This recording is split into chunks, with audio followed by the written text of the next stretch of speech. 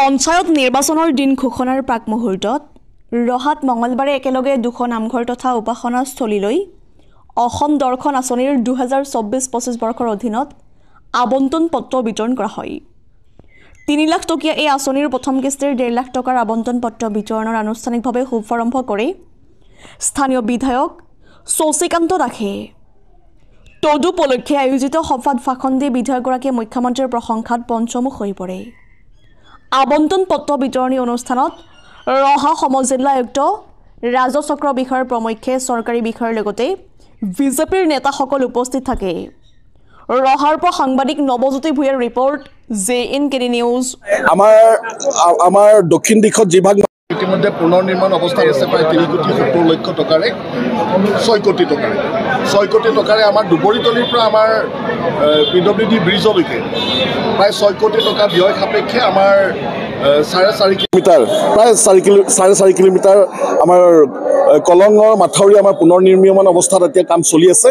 আৰু উত্তৰ পাৰৰ কথাটো ইতিমধ্যে আহিছে যে এপাৰে মাথাউৰিটো হ'লে সিফালে যদি মাথাউৰিটো দুৰ্বল অৱস্থাত থাকে তেনেহ'লে আমাৰ ৰহা নগৰখনৰ কাৰণে এক অশনি সংকেত হৈ পৰিব। এই কথাখিনি আমি অতি গুৰুত্ব সহকাৰে লৈছোঁ।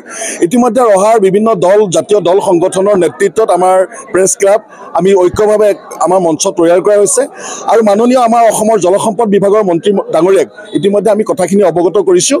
আমি খুব সম্ভৱ আমি 4-5 তাৰিখৰ ভিতৰতে মাননীয় মন্ত্ৰী মহোদয় আমি সাক্ষাৎ লাভ কৰিব পৰাকৈ আমি এপইণ্টমেণ্ট পাম আৰু পালে আমি জাতীয় দল সংগঠনসমূহক লগত লৈ আমি আমাৰ ৰহা সমষ্টিৰ বান দুৰ্গত যি মাথাউৰি যিটো সমস্যা এই সমস্যাখিনি আমি আকৌ সমাধানৰ কাৰণে আমাৰ কৰ্মদক্ষ যুৱমন্ত্ৰী পীযুষ হাজৰিকা ডাঙৰীয়াৰ লগত আমি আলোচনা কৰিম। আৰু মই ভাবোঁ আমাৰ সন্মুখত যিহেতু বাৰিষা আহি আছে এতিয়া নতুনকৈ মাথাউৰি নিৰ্মাণ কৰাত আমাৰ কিছু অসুবিধা আছে টেকনিকেল চেংচনৰ পৰা আৰম্ভ কৰি বাকী কামখিনি আগুৱাই লৈ যোৱাত।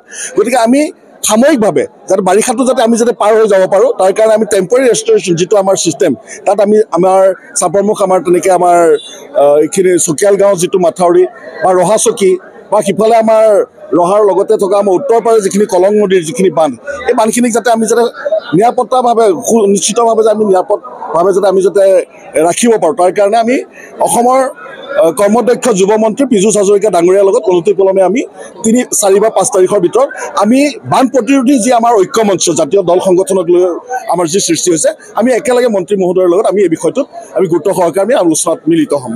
ধন্যবাদ।